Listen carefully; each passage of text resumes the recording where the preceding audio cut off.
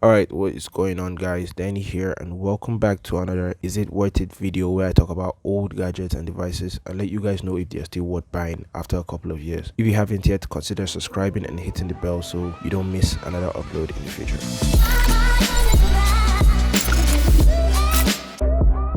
So this is the iPhone 7 Plus, and by just looking at it, this screams 2017, which was the year this device was first released. So first of all, let's talk about the design features. So looking at the size of the device itself, this is a massive phone, which is okay to some people, but if you're going to make a device this big, Apple should have at least reduced the bezels. I was initially going to get the iPhone 7 Plus, but the body to screen ratio on this phone made me change my mind completely. So I got the Samsung S8 Plus instead, aka the sexiest phone on the planet. The iPhone 7 Plus has no Face ID, but the older Touch ID feature with the haptic feedback.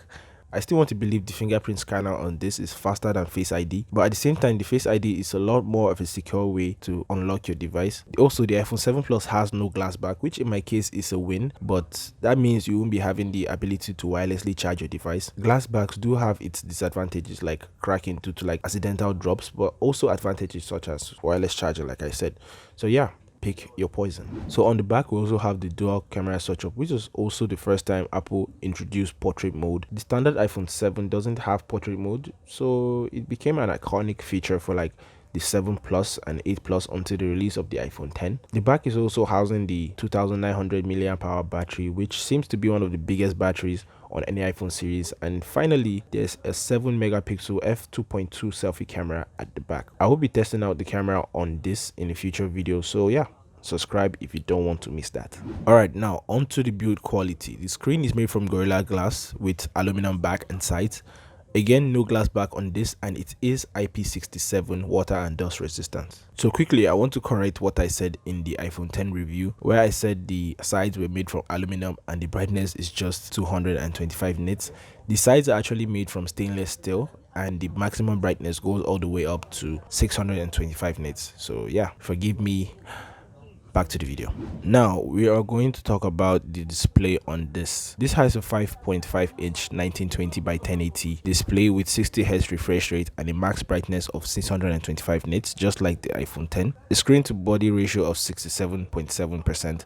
On the sides, you have the volume rockers, power button, and the silent switch, all in their common positions. And talking about the specs in the iPhone 7 Plus, we have the Apple A10 Fusion chip with 3 gigs of RAM. Gaming on this is not sad at all, even when playing graphic intensive games like Call of Duty Mobile, but you are limited to high graphics and max frame rate. I think I'm a competitive player, so I always play on low graphics and max frame rate on my Samsung Galaxy S8 Plus. So apparently everyone wants to know if the iPhone 7 and 7 Plus will be getting iOS 16 update when it finally comes out. And yes, the 7 Plus would be getting iOS 16. I don't know about the regular 7. Some spec sheets actually say this iPhone 7 Plus would get at most iOS 15.2, but that's not true as of now. But anyone with an iPhone 6 Plus or any 6 series, if you don't get it, forget about it. After all of that, I bet you still want to know if the iPhone 7 Plus is still worth buying in 2022. Well, kind of, but let me explain. So first of all, the design.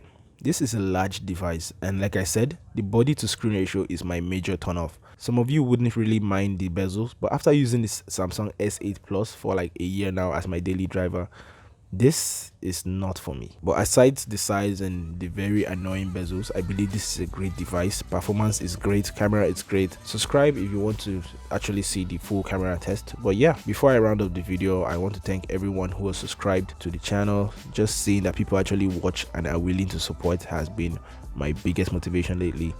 I really appreciate it. Well, that's been it for the video. Thank you for watching. Catch you same time next week. Peace.